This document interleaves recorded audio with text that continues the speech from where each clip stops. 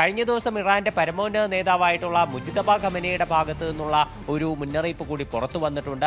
അദ്ദേഹം പുതിയ ഹജ്ജ് തീർത്ഥാടന സീസണിനോട് അനുബന്ധിച്ച് പുറത്തുവിട്ട സന്ദേശത്തിലാണ് മുജിതബ ഖമനയുടെ ഭാഗത്തു നിന്നുള്ള മുന്നറിയിപ്പുള്ളത്.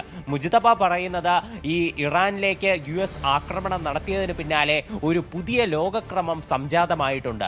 ഈ ലോകക്രമം അനുസരിച്ച് പശ്ചിമേഷ്യയിൽ ഒരിടത്തും US-ന് ഒരു സുരക്ഷിത താവളം കണ്ടെത്താൻ സാധിക്കില്ല എന്നാണ് അദ്ദേഹം ഒരു ഭീഷണി മുഴക്കിയിരിക്കുന്നത്. മുൻപ് പശ്ചിമേഷ്യൻ രാജ്യങ്ങളിൽ എങ്ങനെയാണോ US അവരുടെ സൈനിക താവളങ്ങൾ പണിത് അവരുടെ നീക്കങ്ങൾ തുടർന്നിരുന്നത്, അതുപോലെ ഇനി ഒരിക്കലും അവർക്ക് മുന്നോട്ട് പോകാനാകില്ല. ഇതോടുകൂടി അമേരിക്കയ്ക്ക് ലോകത്തിന് മേലുണ്ടായിരുന്ന സ്വാധീനം കുറഞ്ഞു വരുന്നതായിട്ടും മുജിതബ അവകാശപ്പെടുന്നുണ്ട്. അപ്പോൾ അത്തരത്തിൽ ഇറാൻ കടുത്ത ഭാഷയിൽ തന്നെ തിരിച്ചടി നൽകാൻ തീരുമാനിച്ചിട്ടുണ്ട്. അത്തരത്തിൽ ഉള്ള വാക്കുകൾ തന്നെയാണ് അവർ അമേരിക്കയ്ക്ക് നേരെ ഇപ്പോൾ പുറപ്പെടുവിച്ചുകൊണ്ടിരിക്കുന്നത്. ആ ഘട്ടത്തിലാണ് ഇപ്പോൾ US പ്രസിഡന്റ് ഡൊണാൾഡ് ട്രംപിന്റെ നേതൃത്വത്തിൽ സമാധാന കരാർ ചർച്ച ചെയ്യാൻ ഒരു പ്രത്യേക ക്യാബിനറ്റ് ചേരാൻ തീരുമാനിച്ചിട്ടുള്ളത്. വൈറ്റ് ഹൗസിലാണ് ഇത്തരമൊരു ക്യാബിനറ്റ് വിളിച്ചു ചേർക്കുന്നത്.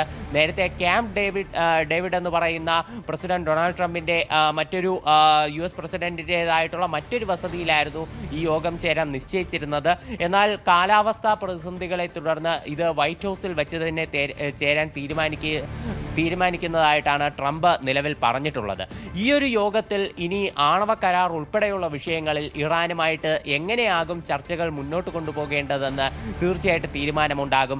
മാത്രമല്ല, സമ്പുഷ്ടീകരിച്ച യുറേനിയത്തിന്റെ വിഷയം ട്രംപ് കഴിഞ്ഞ ദിവസം ട്രൂ സോഷ്യലിലിട്ട പോസ്റ്റിൽ പറയുന്നത് ഒന്നുകിൽ സമ്പുഷ്ടീകരിച്ച യുറേനിയം അമേരിക്കയിലേക്ക് കൊണ്ടുപോകണം, അല്ലെങ്കിൽ മറ്റെന്തെങ്കിലും അന്താരാഷ്ട്ര സംഘടനകളുടെ നേതൃത്വത്തിൽ ഇത് നശിപ്പിച്ചു കളയണം.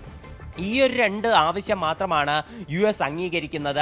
അല്ലാതെ മറ്റ് ഒരു കാര്യങ്ങളിലും ഒരു വിട്ടുവീഴ്ചയ്ക്കുമില്ല എന്ന് തന്നെ ട്രംപ് തീർത്തും പറഞ്ഞിട്ടുണ്ട്. അപ്പോൾ ഈ യുറേനിയത്തിൻ്റെ കാര്യം, അതുപോലെ ആണവ വിഷയങ്ങൾ ഉൾപ്പെടെയുള്ള വിഷയങ്ങൾ ഈ വൈറ്റ് ഹൗസിൽ ചേരുന്ന യോഗത്തിൽ ചർച്ചയാകും എന്നാണ് വിവരമുള്ളത്.